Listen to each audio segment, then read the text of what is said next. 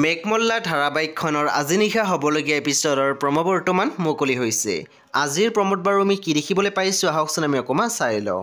আজিৰ প্ৰমৰ প্ৰথম ভাগত আমি দেখিবলৈ পাইছোঁ জোনে কৈ আছিল অভিমন্যুৰ লগত নতুন সপোনৰ এখন পৃথিৱী সাজিবলৈ এতিয়া মই সকলো ফালৰ পৰাই ৰেডি।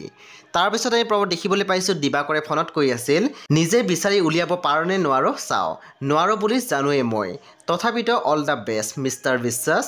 তাৰপিছত আমি প্ৰম'ত দেখিবলৈ পাইছোঁ ৰুণে কৈ আছিল বেয়া আকৌ কিয় পাব জোন, অভিমন্যুৱে তেনেকুৱা বেয়া পাবলগীয়া কাম কি কৰিলেনো।